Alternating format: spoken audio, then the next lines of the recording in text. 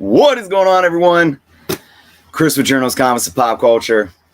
It's Tuesday, middle of the week, but we still got some comic book goodness to talk about, guys. As always, we're going to let some folks get in. We're going to take a few minutes. Right before I went live, there was a knock on the door, and I got a little package. So while we're waiting for folks to come in, why not open up some comics and share with you guys? I mean, I got my right-hand man, Red Deadly's going to get into some action. Let me actually move the camera back just a little bit here, give you guys a little more view. There we go. Okay. What's going on, Matt Woods? Steven Spock, thank you guys for being here. Obviously, we are talking about CGC today and an announcement that they came out with yesterday. And again, big question marks, guys. Big question marks. Isabel, what's going on? AR. Ain't that right? Red Knight, what's going on, Red Knight? All right, guys, again, we're going to let some folks get in. I'm going to just start opening up this package while we're waiting. This is, what is this? This is my monthly previews orders from mycomicshop.com. You guys can see how much my new pickups have shrunk. This is all that I get.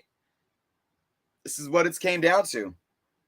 It's just for me, who I don't have as much time to read as I would like, and I'm falling behind, and then just the money, spending money on new books is just, it's not happening anymore. So we got slim pickings.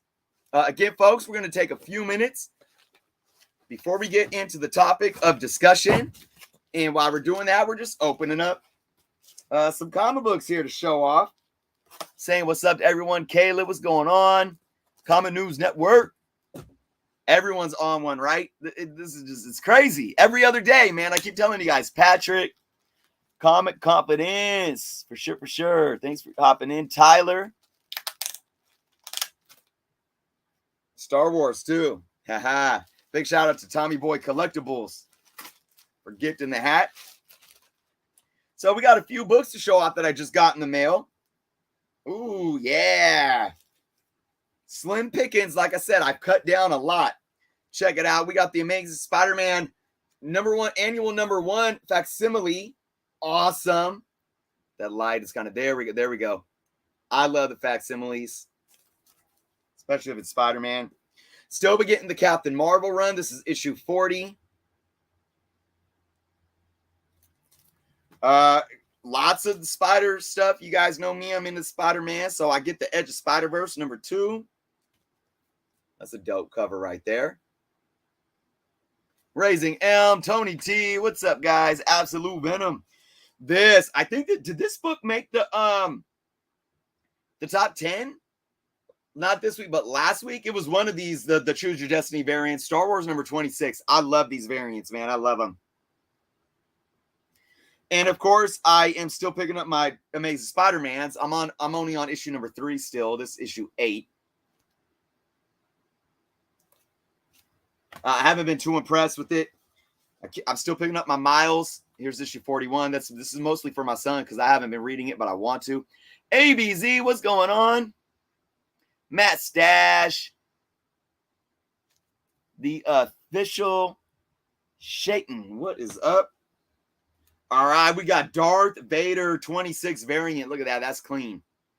That's dope. Oh, here's another one. Yes. Dr. Aphra Choose Your Destiny variant. Darth Maul. Look at that. These are so dope. Sweet. Oh, look, I got another one. So maybe I'll throw one up for sale or something. And guys, here's the little thing I want to announce before we get into the CGC discussion. And of course, I got the facsimile. Detective Comics number 27. That is beautiful. Look at that. All right, guys. So, a couple more things before we get into the topic of discussion today. Comic time. What's going on, man? Thanks for hanging. I have another Whatnot sale. Not this Friday, because I'm going to have an awesome Friday Night Live show with special guests Swaggle and Bronze Age Nerd. Next Friday, I'm going to have a part 3 of my Spider-Man sales on Whatnot. The reason why is because for those that were there on Friday, Whatnot had a huge glitch. I went live and half of my inventory was not, I wasn't able to put it up for auction to get the each individual items up to auction off for you guys. So I only had half of my stuff to sell. We basically sold through it. So I still have half of what's there. I'm going to add a few more things, and we're going to have one more Spider-Man sale. Awesome new giveaways. The big slab giveaway, though, that already went out. I picked a winner. I'll be announcing that on my channel and on my social media in a couple days. I want the individual to get it first before I make it an announcement publicly. After we do this final Spider-Man sale, I am going to switch it up to a different theme. I'm going to poll everyone on YouTube if you want an Avengers theme sale, Star Wars theme sale, or Batman theme sale. I think those are out of those three. So, what else is going on? It's Tuesday. Like I said, Friday Night Live this coming Friday. We're going to piggyback off of some of the things I'm going to talk today. And it's gonna be even more fleshed out to a lot of other talking points that surround a similar theme. Awesome special guests, Swaggle Hoss and Bronze Age Nerd. Obviously, Sundays are Comic Book Canon. So if you guys aren't subscribed to our Comic Book Canon, check the link out below for our weekly shows. There, we have a new segment coming on Sunday that's going to involve you guys in your participation with hashtag props or flops. I will post the details to that probably later today for you guys to check out and participate. All right, guys, let's just Daywalker, what's going on? Brendan. Ryan, what's up, Ryan? Guys, man, I just got home from work.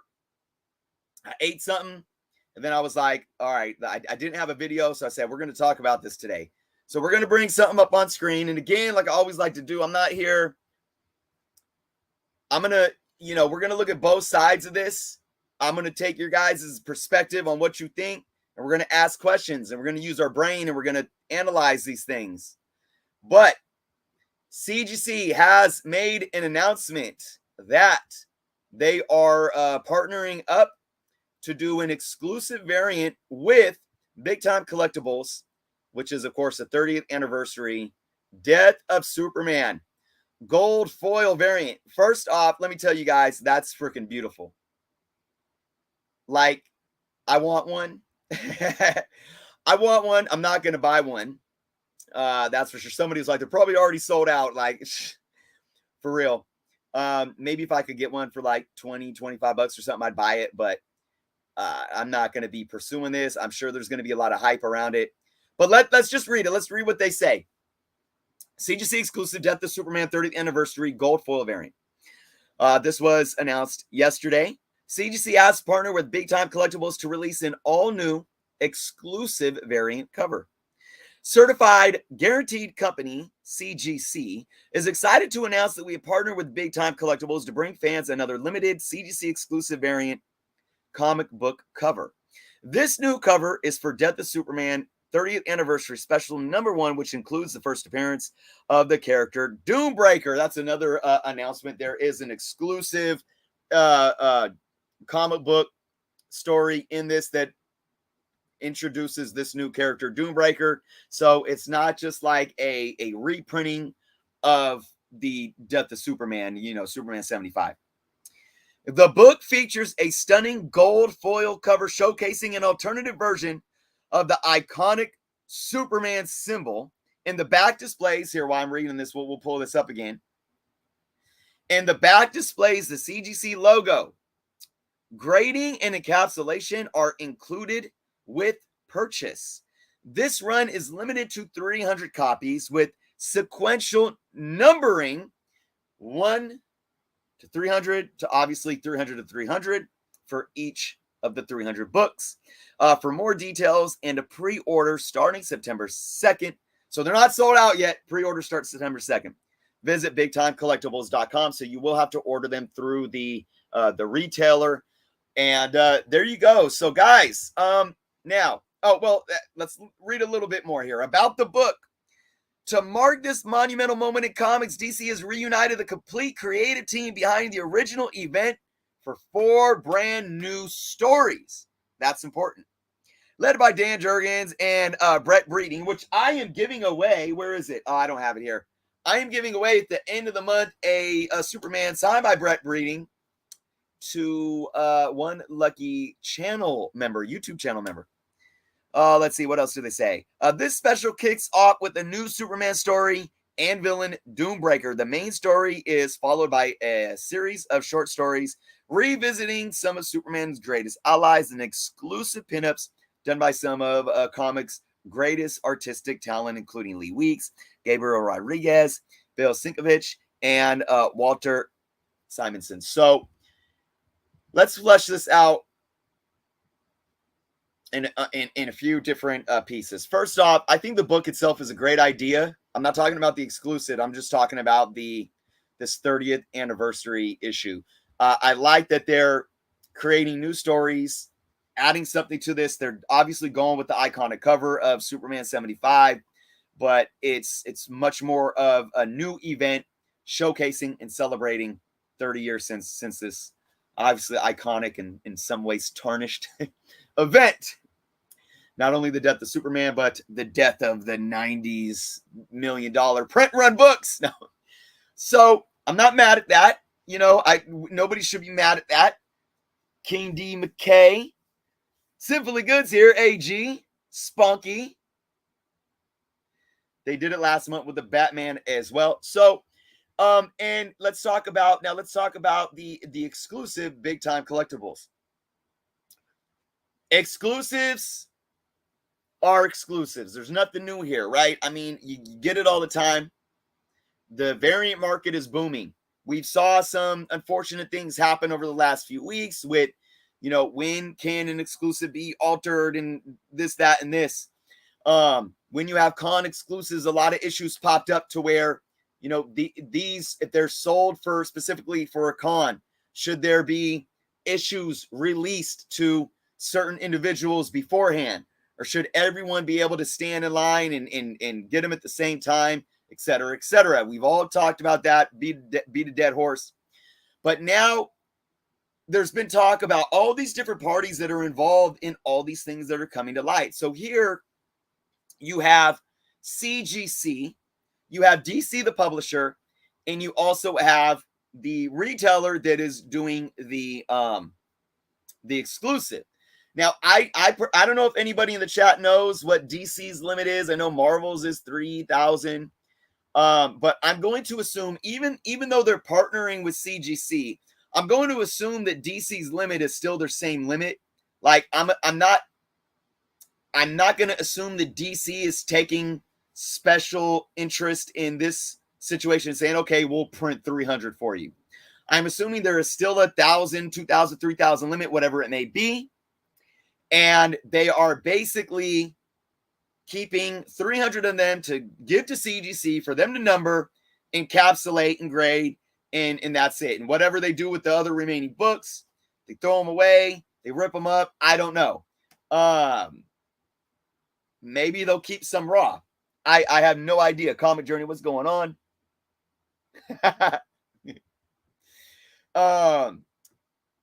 Conflict of interest, says Simon. We're going to talk about that. We are going to talk about conflict of interest. And again, guys, I'm not sitting here being accusatory. I'm here to spark debate and critical thinking. All right? Because I'm going to tell you right now, I mean, I have concerns because I do believe that the comic book industry and the comic book market is heavily unchecked. And not to say that having checks and balances is always a good thing. Regulating things to death isn't always a good thing. Bureaucracy breeds more bureaucracy, and then it becomes worse than what it was when it's unregulated at times. Do we want to regulate the comic book market? That's a fine line to walk. And then again, we want to talk about what factors and what avenues of the market are we even talking about regulating. So here we have multiple factors. We have the exclusive market, and then we also have the grading industry.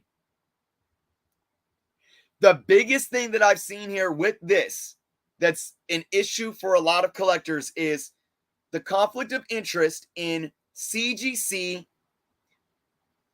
selling their own book. A lot of people say they're not, but they're not selling their own book. They're partnering to grade a book, but it's still the retailer's book. Well, you know darn well CGC is getting paid. I don't know how they're getting paid. Is Big Time Collectibles paying them, a percentage off the top of each sale, or are they paying CGC a flat fee? I don't know. I don't have that insider information. I can't speak to that. Just like I can't speak to the fact if DC has a limit and there's other copies, is Big Time just destroying them? I don't know. Can't speak to that. But a lot of people are, a lot of people that are saying, oh, this is conflict of interest, CGC selling their own books, this is shady, this is whatever the case. To argue against that, people are saying they're actually not selling the book. What does it do for CGC to say, like, manipulate the grays? Oh, well, we're partnering on this book. We're going to give all them 9.9s or, 9.8s, 9.9s, and 10s. Well, I would argue against that. And again, I'm not accusing anybody of doing this. But let me tell you where the argument of conflict of interest comes into play, and it's a valid argument. CGC is a grading company, a third-party, non-biased grading company, meaning they should be able, every single comic book that comes into their place of business, the subjective nature of grading is simply subjective to their own criteria and is not subjective to who owns the comic book, what the comic book is, and where the comic book is coming from. That should not be subjective whatsoever. That is neither here nor there to them. They are to look at the comic book unbiased, with no bias, and they are to grade according to their standards. When a grading company profits off of partnering with a retailer to make an exclusive that is now graded by CGC, even if their deal is worked out to where it doesn't matter what grade the books are, right? It doesn't matter if CGC grades them and they come back 9.2s and some 9.6s and some 9.8s, next to all of them coming back 9.9s. It doesn't matter, because who's actually selling the books? The retailer. Big Time, the retailer. So there should be no bias here, no conflict of interest. Oh, wait, hold on. Let me explain. The more money the retailer can make off of partnering with CGC,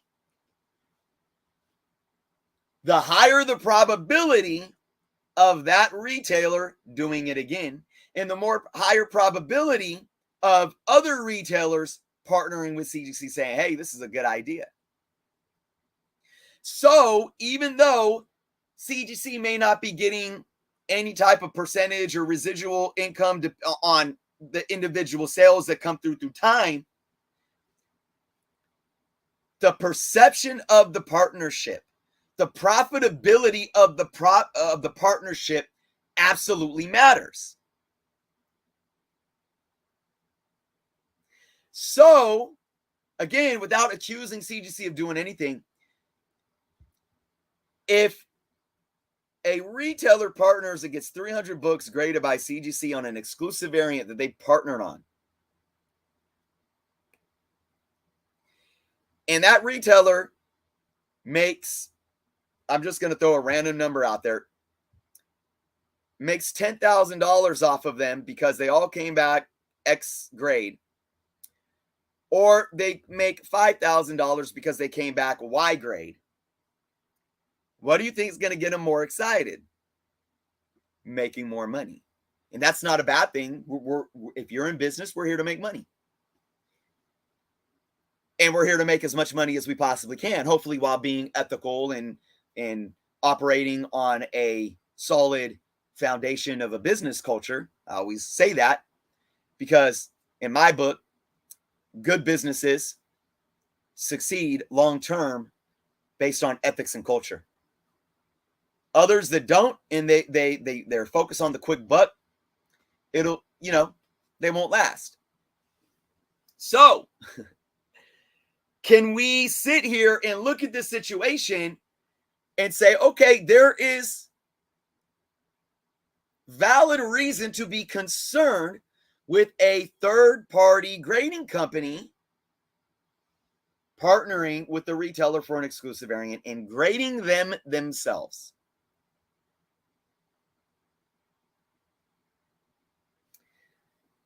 MERS Northwest, what's going on? Death Mog.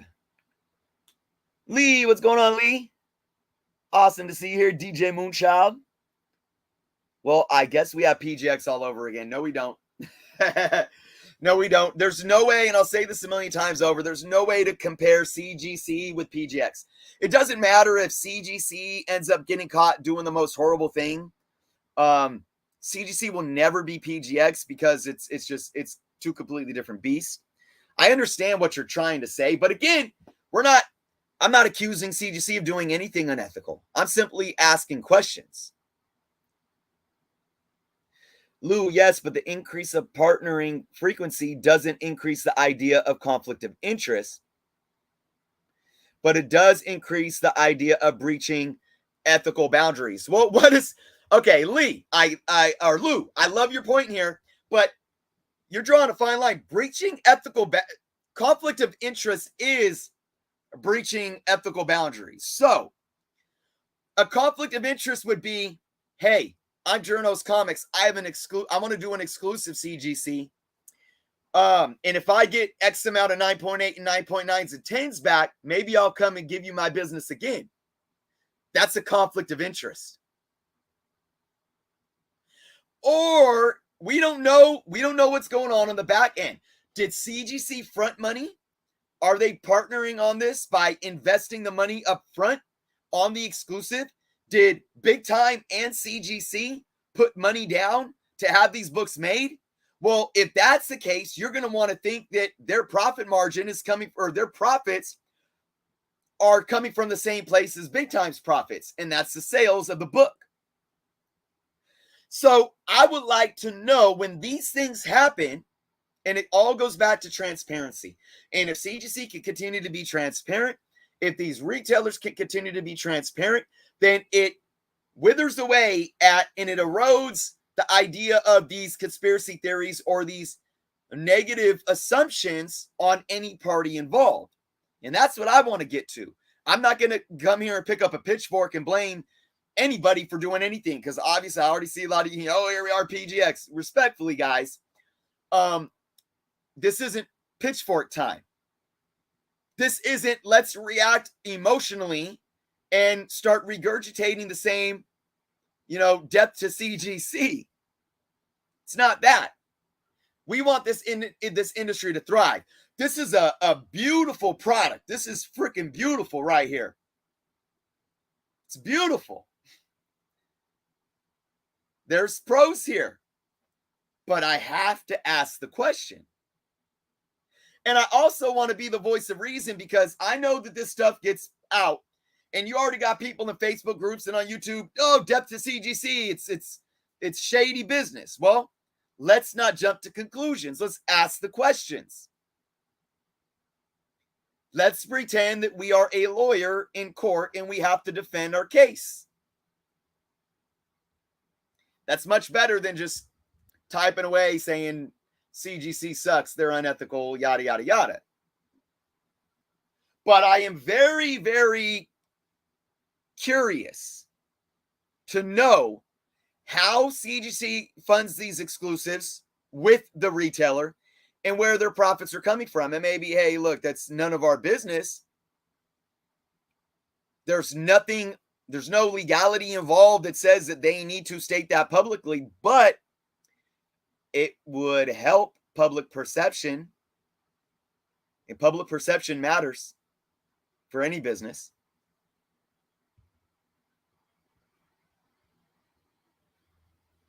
Mark Leneker, what's going on? What are people really upset about? The fact that CGC is making money? Or are they upset that unworthy books are getting... Okay, I think, honestly, Red Knight, probably both. Because if you guys watch me, you know that I don't take sides on things. I speak it how it is. And I know damn well people will sit there and say anything about anybody that's getting a little bit of success, and they will tear them down. Anybody that has a little bit of success, they will tear them down, and they're caught doing the exact same thing that those people are doing, just on a smaller level. Because you ain't getting that money like they are. There's that. Then there's the people that I think have good intentions, right? But they're reactionary, and they're part of the in crowd because they're picking up the pitchfork on social media. I think some people do have good intentions, but then they get carried into it, and then they hop onto the conspiracy theories, and it's just death to anybody that's successful, or CGC, or anybody making money. Business is bad. But then you got people that are honestly concerned with the integrity and the transparency of these companies and everyone involved in this industry, and that's valid. And I want to be the bridge between all of that. I want to talk about these things in the proper way. Comic Journey, that's a valid opinion. Absolutely.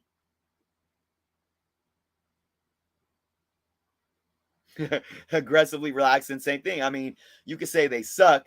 Are they unethical? I mean, they've done a lot of things that you could put question marks to. That's for sure.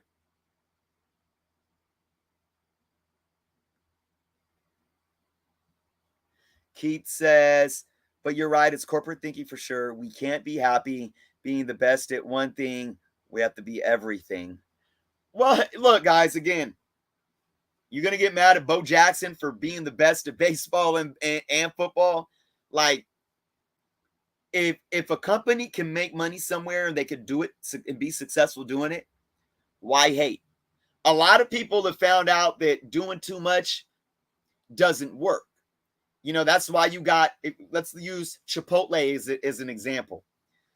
That fast food model it's like the, what is it called? It's the fast, there's an actual term for it. Keep your menu small. Focus on what you do good. And that's what they're going to like. Now you have McDonald's and Taco Bell mimicking that. For years, they're adding all the McRib and McToe and all this stuff, right? The McPinky. But now they're like, okay, we got to shorten down the, less is more, right? So there are those examples, but for CGC, for anybody in comics, if you can do it, and you can make money off of it, why hate? Let them do it. As long as it's done ethically and, right? That Mountain Air, but the census on these books will be interesting to compare with other retail exclusives. That's something that we can monitor. Absolutely. Oh, Simon, thank you so much. As always, another topic to make us all think and try to figure it all out. Thanks, Chris. Much love for you. Keep up the great work. Simon, thank you so much. So much. CGC. Let's see what Brendan has to say. Brendan always bringing some great points to the chat. CGC is falling down when it comes to communicating with their customer base, similar to when they joined Whatnot. There are many valid questions this news raises. Unfortunately, CGC hasn't offered clearly. Okay. I agree, Brandon. And this is where I understand the frustration, but I just don't go about it the same way. I'm dealing, okay, let me give this an example. I'm dealing with some horrible contractor issues in my home. I've been dealing with the same contractor for 13 months now. So much so to where the owner would hang up on me, stop taking my calls, and they're breaking my vanity. They put in a shower that was damaged and caused leakage and could have caused a lot more damage, all this and that. And I finally had to say, I'm filing a complaint with the contractors board, and they're going to come in and mediate. And then after that, I'll see you in court.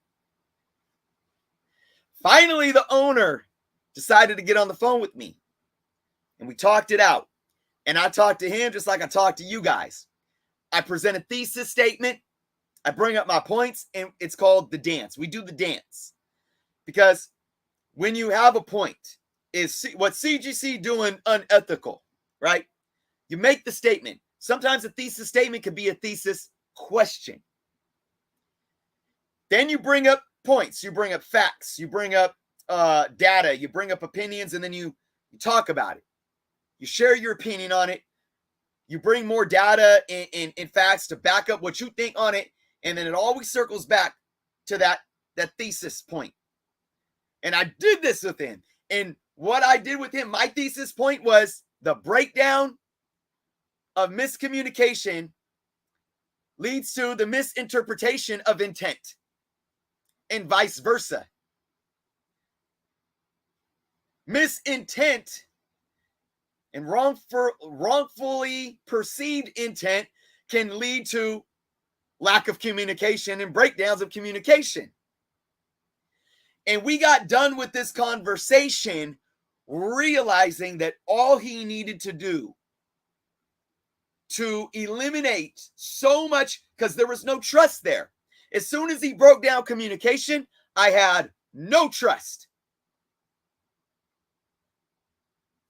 But we talked about it and we communicated. And guess what happened? We figured it out. And he admitted, I could have did this better. I could have answered your call. I could have, because he was running. He thought doing what he was doing was protecting his business. But I told him straight up, no, what you were doing, if I actually took you to court, was damaging you. Because it's all documented. So I use that as an example here to where this might not even be a case of CGC doing anything wrong. It could be something that is actually benefiting the hobby. But CGC needs to listen to the community and not CGC doesn't need to listen to the part of the community that only wants to pick up the pitchforks. Because I'll tell you guys, this. It doesn't matter what you say to these people. You can sit there and you could beg for their forgiveness. You can apologize tenfold, and it ain't gonna change nothing. All they're gonna do is look for another way to crucify you, and that's a fact. And then and then they're gonna gaslight you, because you know what they're gonna throw in your face? Now they're gonna say so and so is so unethical and they're dirty and they don't care about this community because they blocked me, or because they don't respond, or because you do respond, but that response isn't good enough and you just get hate and you get death threats, and then you take that response down, and now they're gaslighting you and blaming you for taking the response down. I'll never take a response down. I'll tell you that, though, guys. Well, let me never say never, but I don't care. CGC shouldn't listen to those type of people, because it will do no good. And CGC is a big multi-million-dollar entity under a multi-billion-dollar umbrella of an entity. They don't care, and they don't need to. But they do need to care and listen to the overall consumer. And it is very valid for CGC to continue to be transparent about these things. And also the retailers as well. I don't know the ins and out of this particular situation. It's similar. Let me bring this up. It's similar to Whatnot. And I'm going to talk about this more on Friday. I won't get too deep into this. It poses, the question is valid to say, how is Whatnot a publishing company that sponsors product that is sold on their platform when they are a selling platform? Is that not a conflict of interest? Question mark. And again, I'm not answering my own question one way or the other. I'm posing the question. Even eBay has done exclusive partnerships. So how does eBay profit off of that? Right? So the questions need to be asked. They should be asked.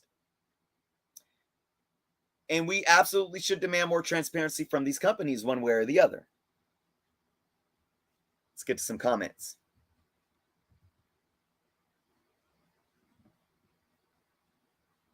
Keith, thank you so much for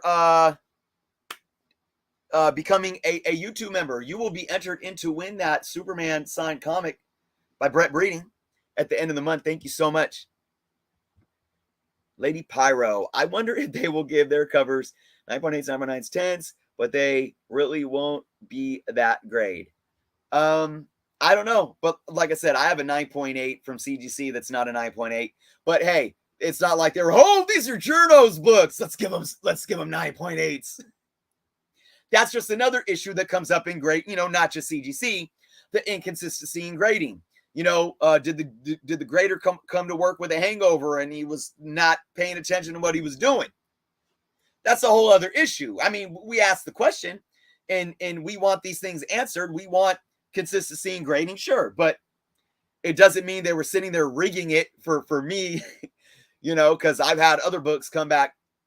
I had one book come back a 6.0 that I was like, this is so much better than a 6.0, but that 9.8 sure wasn't a 9.8. Rudy, what's going on, Rudy? TK, Havoc, House of L Comics. I saw Big Time Collectibles explain what was going. Oh, let's bring this up. I saw Big Time Collectibles explain what was happening. Big Time Collectibles owns it, not CGC. Okay, so you're saying, if I'm taking this in correctly, you're saying that means that CGC didn't put any money down.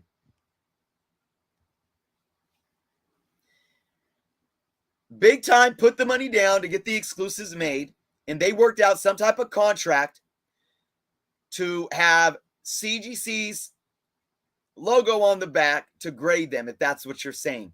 But still, conflict of interest, the question of it is still valid, because go back to what I just said. CGC has the unchecked ability to grade their books, whatever they want to grade them. And if there is more intrigue in doing these exclusives with CGC from these retailers, that means more money for CGC, no matter how they're getting paid. CGC is getting paid from this one way or the other, whether they actually put in on the exclusives, whether they're actually signing a contract with a flat dollar amount to get paid to actually partner on these, whether they get a percentage of the sales in the secondary market. I don't know. They're getting paid, though, by partnering with the retailer one way or the other.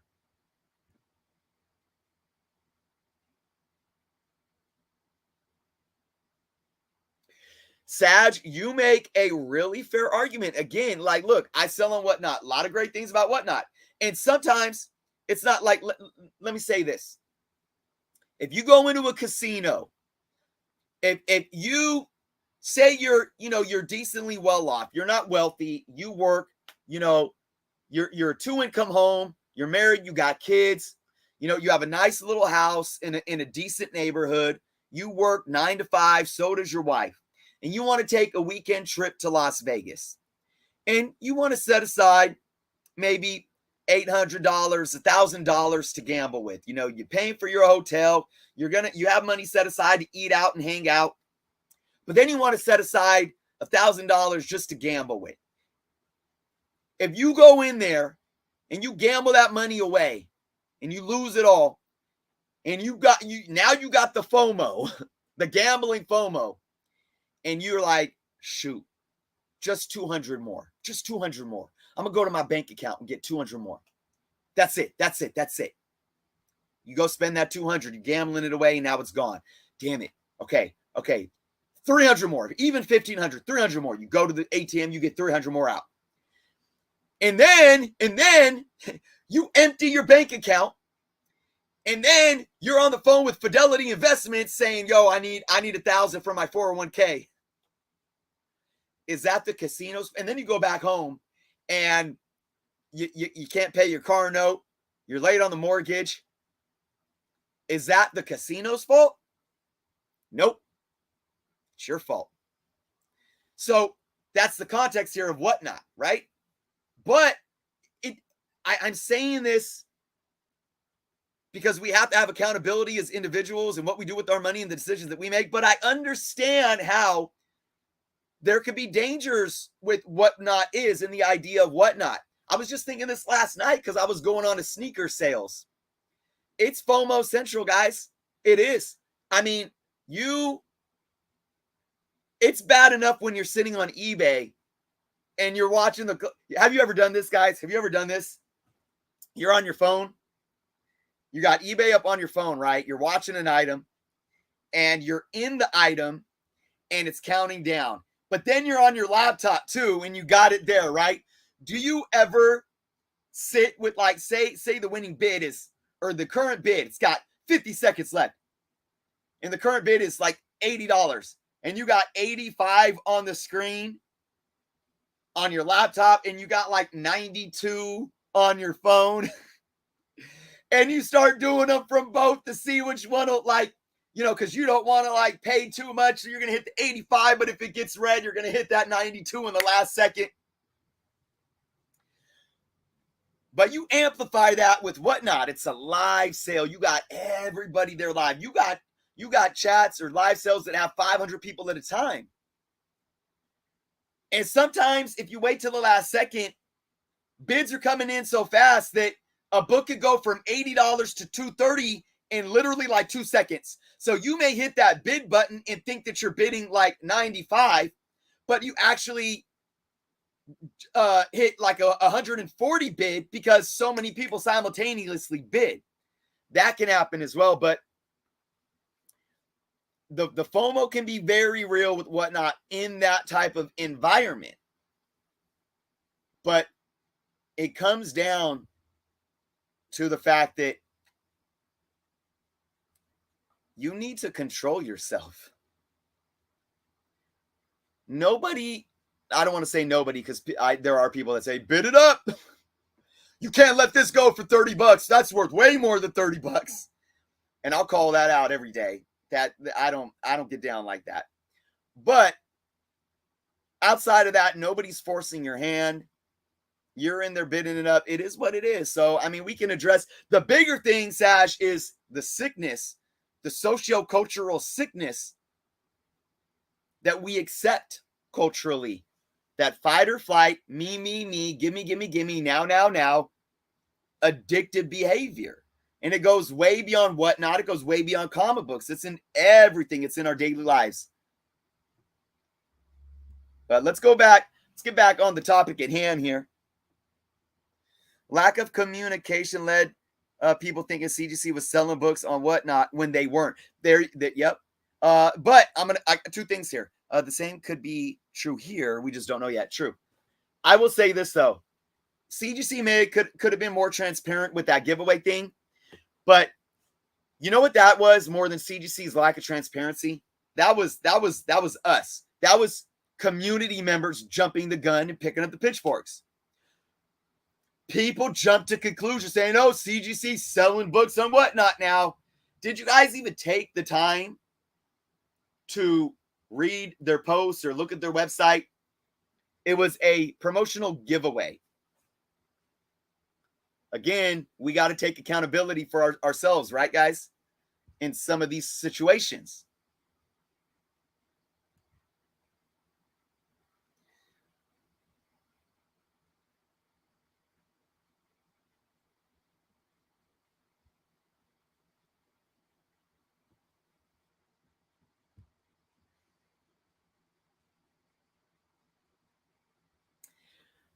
All right, so that's a very strong thesis. It's a very strong argument, but now you got to back it up.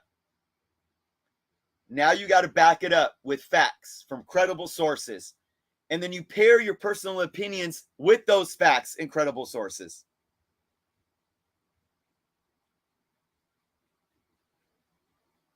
Yeah, that's another thing. And that's something that I think CGC is working on, to not put standard orders on the back burner. They can do their signature series and do all these events and whatnot. You can't forget about the little guy that keeps your business floating. Yeah, that too aggressively relaxing. You just have a problem with inconsistency in grading.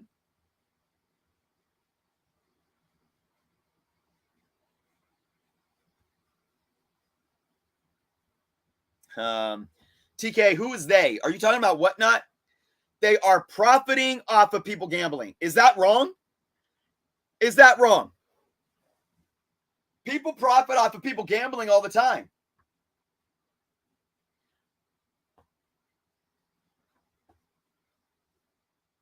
You're gambling by buying insurance on your car because you're gambling that you're going to not get in an accident. And they're gambling with you, trying to figure out what rates they're going to charge you and how much it's going to cost them and how they can still profit. Right? Casinos are gambling is legal for, well, you know, obviously there is limitations. There's legal gambling on sports events. Gambling isn't inherently, profiting off of gambling isn't inherently bad or illegal. Guys, I'm going to, we're not done yet, but I'm going to step out for a brief break here for about 60 seconds. And I'm going to let you guys chat it up. Keep leaving your thoughts in the comments because I'm going to get to more comments as soon as I get back in just 1 minute. So hold tight, guys.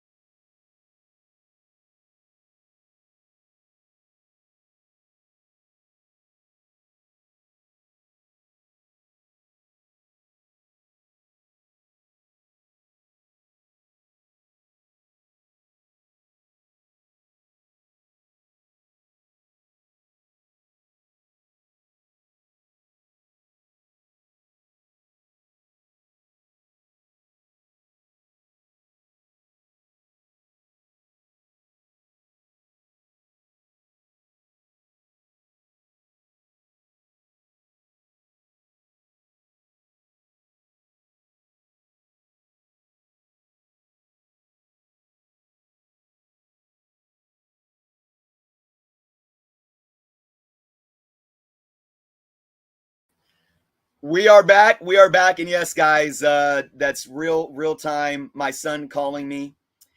So I had to take it. That was the break. I appreciate you guys staying and hanging out. But sometimes, you know, we're all people and real life happens. All right, let's see what we got. Lee says, is this an opportunity for EGS to become a player? EGS is already a player. And I say that honestly. I mean, obviously they're the little guy in the boat, or they're the little boat amongst, you know, ships. But every day EGS has different opportunities to continue to be a player and to evolve as a player. I mean, again, we're not just looking at this situation right now and saying CGC is bad for what they're doing. Some of you may be, but I'm trying to tell you to actually put the bifocals on and look at it instead of just jumping to these conclusions. EGS is absolutely a player. EGS doesn't even have to depend on CGC or what CBCS does. It's a matter of what they do on their own that makes them a player and a contender. Them getting their own proprietary cases. That's allowing them to be a player. And again, nobody has to dethrone CGC or BCGC. Burger King ain't McDonald's, ain't Wendy's. I mean, you know, you may like one better than the other, or maybe McDonald's will always be a more profitable, bigger entity than Burger King or Wendy's. But I mean, at the end of the day, does it matter? Wendy's and Burger King have been around for decades, and they're big, multi-million-dollar, you know, global entities, and they're doing just fine. So all of these companies can exist without thinking that, oh, CGC needs to fail in order for this to happen, or they need to beat CGC or be CGC. It's not the case.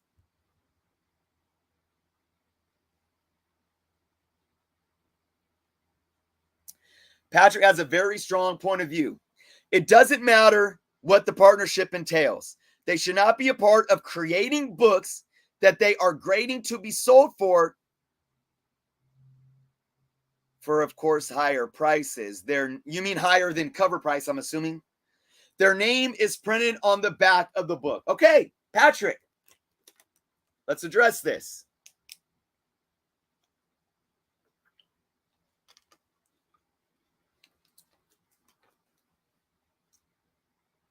I'm not mad at you for saying this. This is valid. It doesn't matter. I mean, okay, for me, context does matter. It does matter.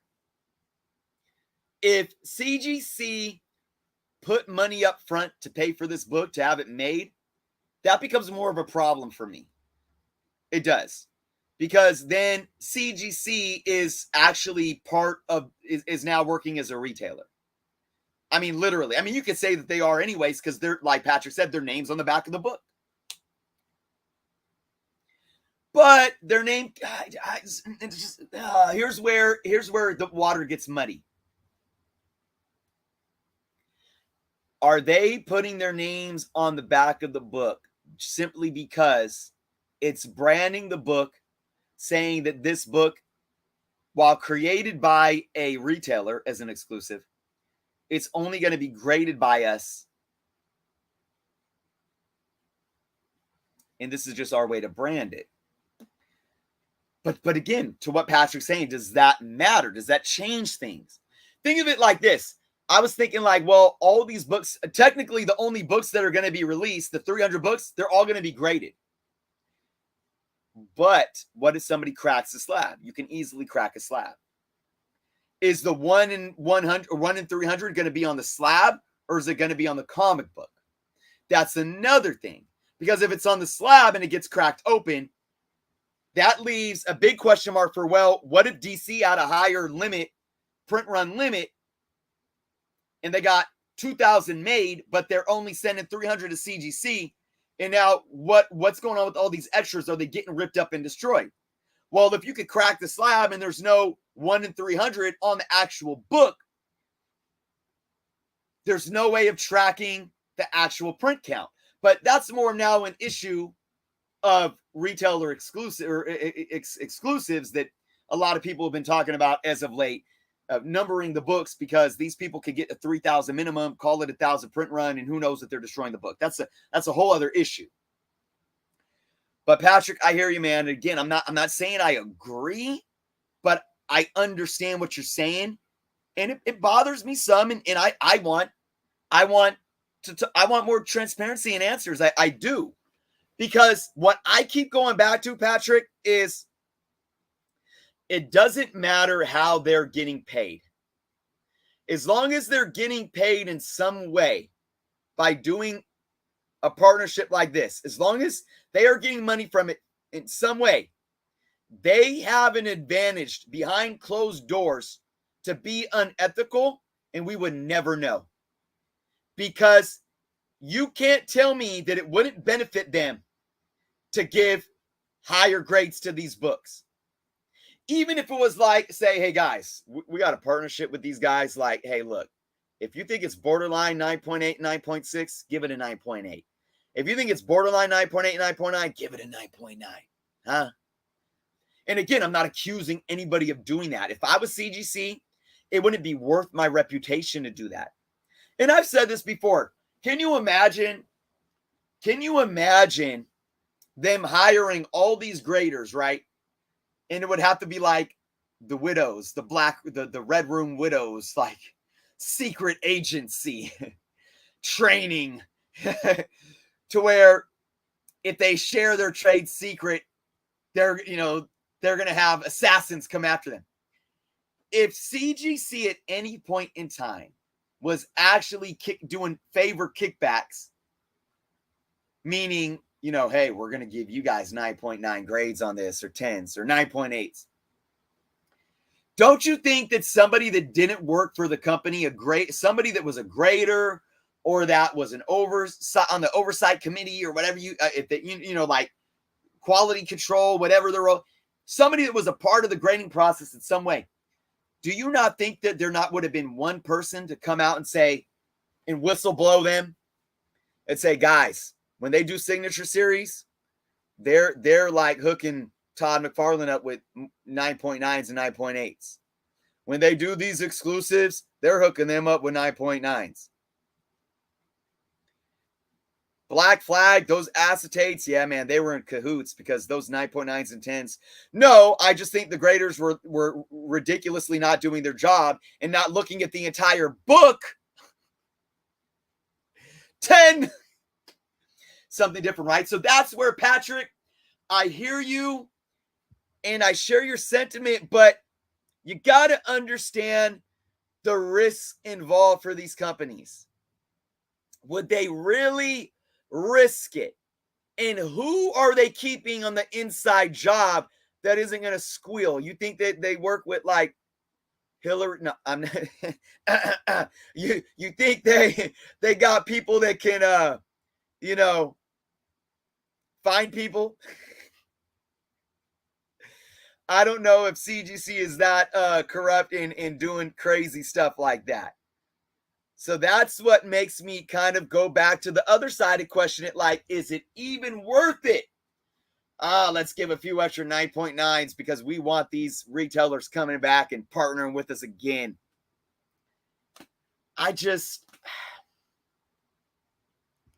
It doesn't mean that it doesn't look like a conflict of interest, though. Oh, man. Lionel, thank you so much for the super chat. You're asking all the correct questions. Stay on there next. Thank you so much, Lionel. I appreciate it.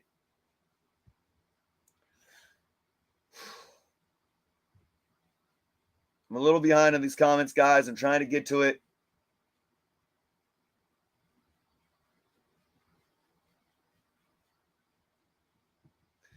Lou, what do you think they owe us? Or what do you think that I like to know why we think we are owed any? Oh, wait. I'd like to know why we think we are owed anything from CGC. Okay, sorry, I read that wrong. I hear you. Valid.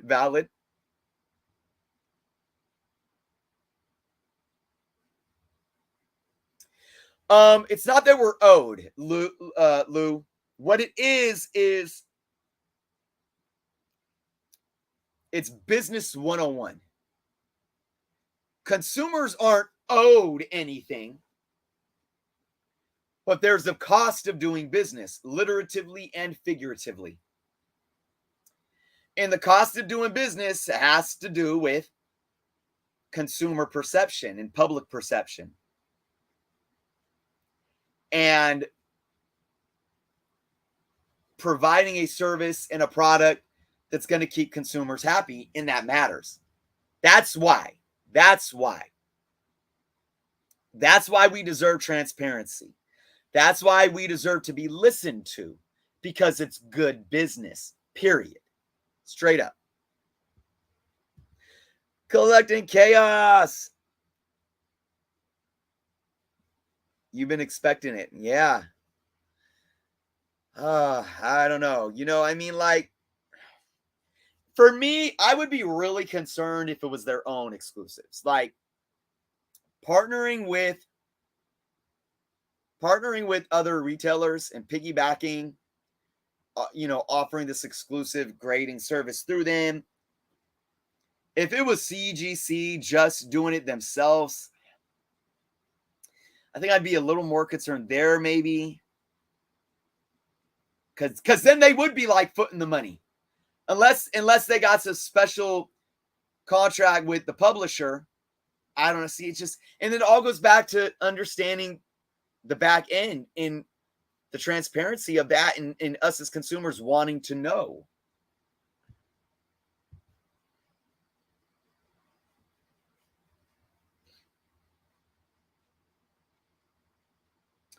John, do I think they're going to grade any of these in 8.0?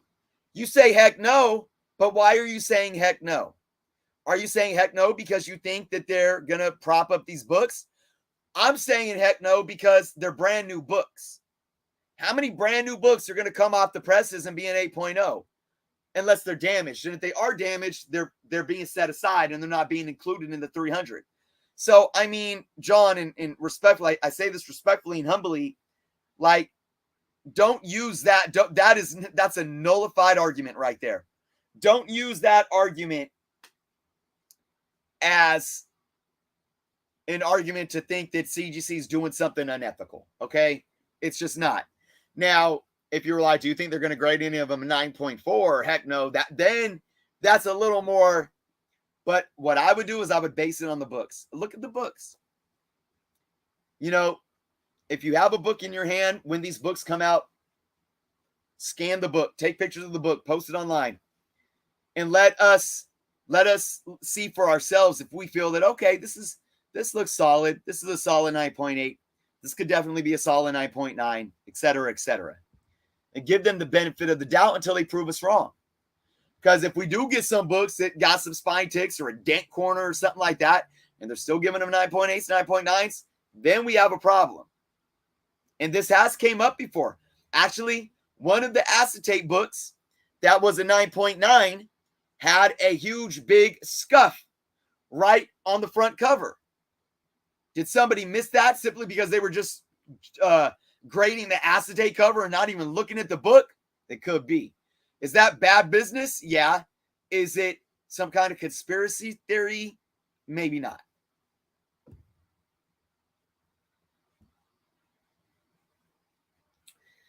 All right, guys, we're going to get to a few more comments here. And then we're going to call it a day because we are going to address this again on Friday, guys. We are going to have a Friday Night Live special guest, Swaggle Haas and Bronze Age Nerd. We're going to be talking about conflict of interest in the comic book community. We're going to talk about whatnot, CGC and grading companies, exclusive variants, and retailer exclusives. We're going to talk about sellers and dealers and influencers and everything, and we're going to hash it out, and we're going to have an honest conversation.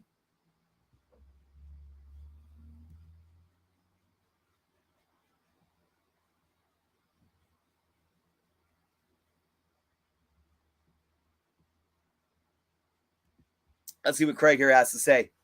An unbiased inspection and authentication of a book to assign a grade is all that is expected from a grading company.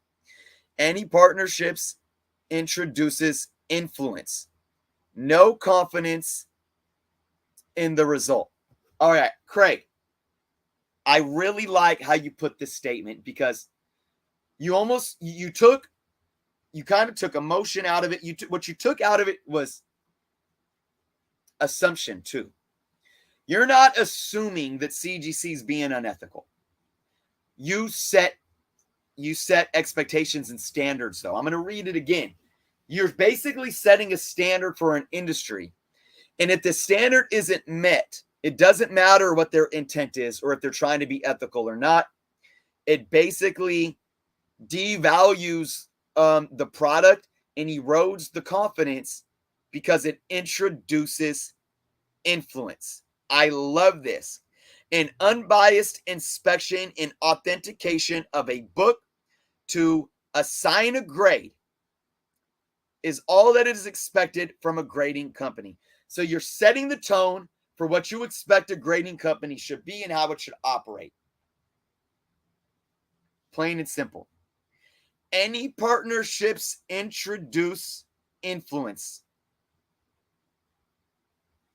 No confidence is the result. Again, I'm not making this judgment for myself on CGC because of this situation, but it's valid, and I absolutely love the way you put it. And I would love to see a comment like this be stated for CGC to respond to. Because we don't know, guys. CGC could actually have a valid response to this. That maybe we just haven't thought about or haven't processed in our own, way of analyzing these things or looking at these things. So thank you for that, Craig. You're gambling with your life every time you eat a McRib. Valid. Am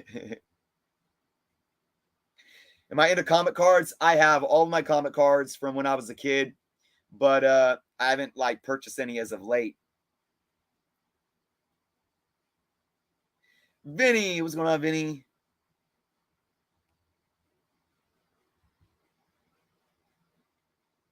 Let's speak with our wallets and not purchase these comics. If that's your prerogative, you have all the power to do that. Absolutely.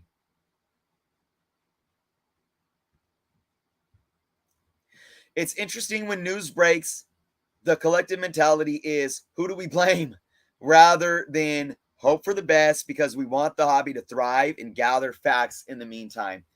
Again, Brendan is just on point. And I keep telling you guys, I'm going to have Brendan on the channel, man. But Brendan does his own thing. Brendan, what's the channel that you guys, it's like 616 scale something. Leave the name or the link to your guys' YouTube channel in the chat. I would highly recommend you guys going and subscribing over there. We're planning on, I'm going to be a guest on their show, on their Monday night show in the next couple of weeks. I can't wait for that. A lot of good insight here. And again, Brandon,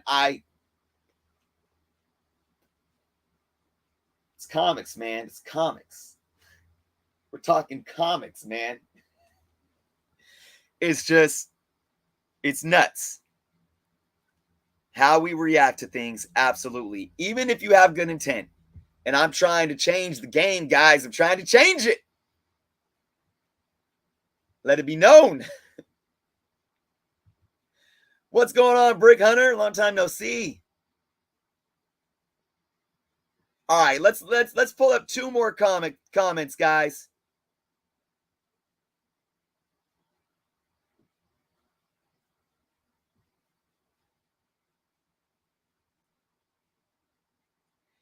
CGC isn't actually selling the comic, Brick Hunter. And again, I'm not devaluing your feelings, but Big Time is still selling the comics on their site exclusively. Now, if that changes your perspective, that's another thing. But CGC is actually not selling the comic book. And that's just a fact of the matter. I want to make that clear.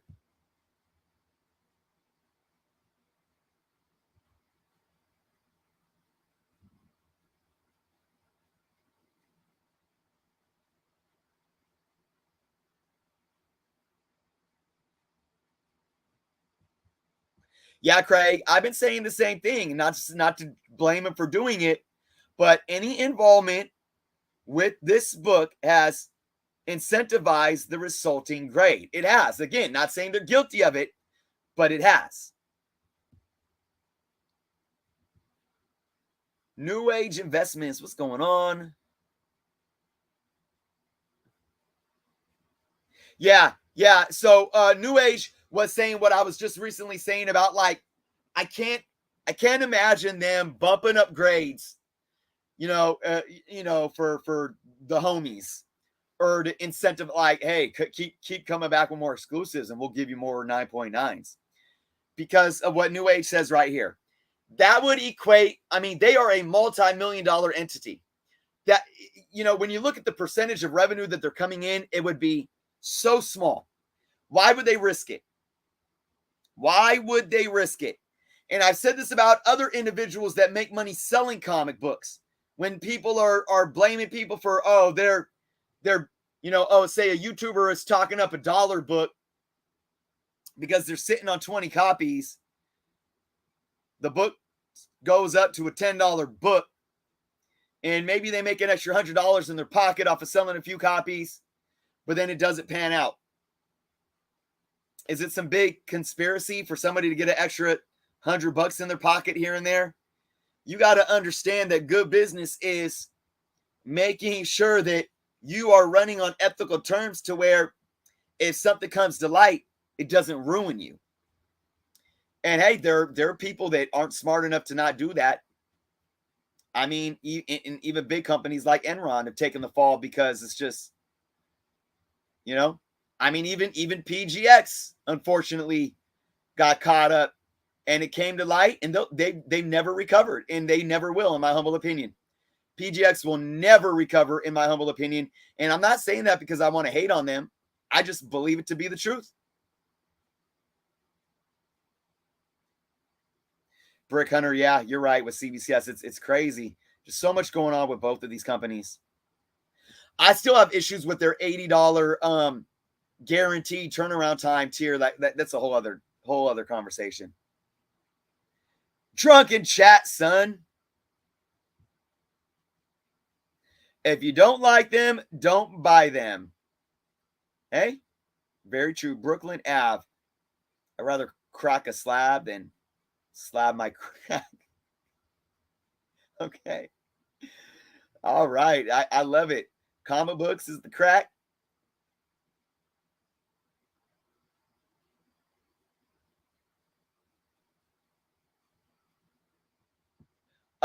Yeah, so 300, this will be gone in a couple weeks because EGS does have new proprietary slabs that will be competitive with CBCS and CGC. No more security tabs whatsoever.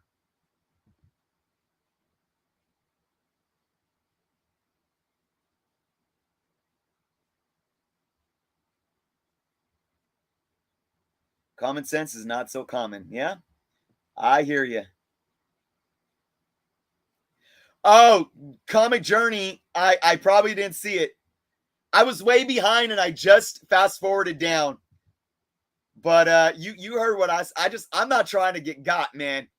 Like, if you don't see me, if this is it, like I do this show and then I go silent, guys, like, you know what went down. You know what went down. That's why I didn't even try to say, I stopped myself.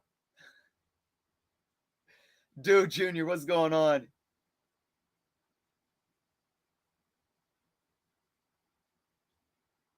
Patrick, about partnering, you're right. That's why in the beginning of the show, I was like, where's the money? How are they funding this? How is CGC funding this? And how are they profiting from this?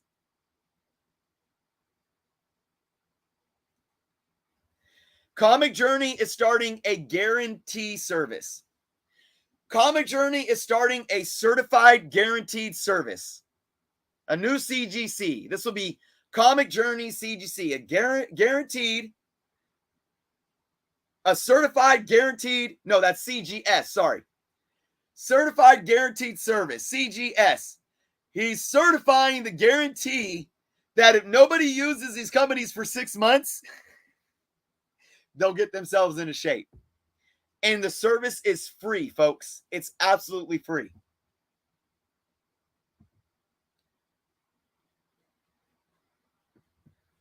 Keith says, the devil is not in the details here. It's a company and its management perception and what that implies for the future.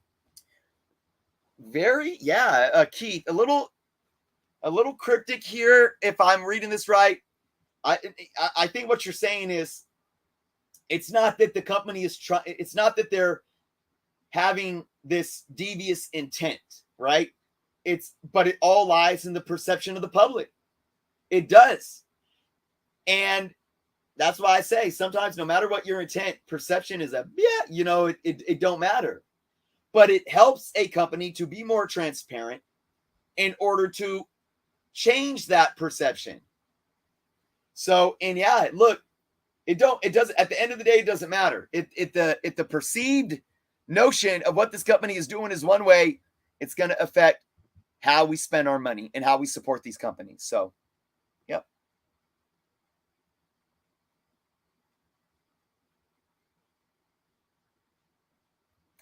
CGC said that they are partnering. I was a whole stream. They're partnering with a big time retailer for an exclusive variant. They are being sold directly from Big Time's website, though. CGC technically is not selling them themselves. But guys, we are going to end the show there. I think we fleshed this out a lot. We asked a lot of questions. You guys gave a lot of great insight. Remember, you can always go back, watch it on the replay. I will be live Friday. I will announce the time probably in the next couple of days. with special guest Swaggle House Comics, Bronze Age Nerd. We're going to have a roundtable discussion, and we're going to talk about conflict of interest. We're going to talk about this a little bit more. Like I said, we're going to talk about all the players in the industry. We're going to talk about whatnot, eBay, sellers, retailers, influencers, YouTubers, grading companies, everything, publishers, everything to do. And we're going to talk about conflict of interest and how do we hold all entities and players accountable, and how do we move past this? How do we move past the divide and conquer mentality? How do we move past the us versus them mentality? And how do we enjoy this hobby and make money and stay fruitful and prosperous? All of us. Because we all need to be prosperous in order for this community to thrive, in this hobby, in this industry to thrive. And it's that simple. So with that being said, guys, Alex, I hear you. Thank you so much. Guys, it was an awesome show. Thank you so much for being here and contributing. If you guys aren't subscribed to the channel, please do so. I am so close to 12,000 subscribers. When I hit that mark, we're going to be doing a giveaway. I hope to see you guys on Friday. It's going to be an awesome, awesome show. Until then, guys, be good to yourselves, be good to others, and until next time.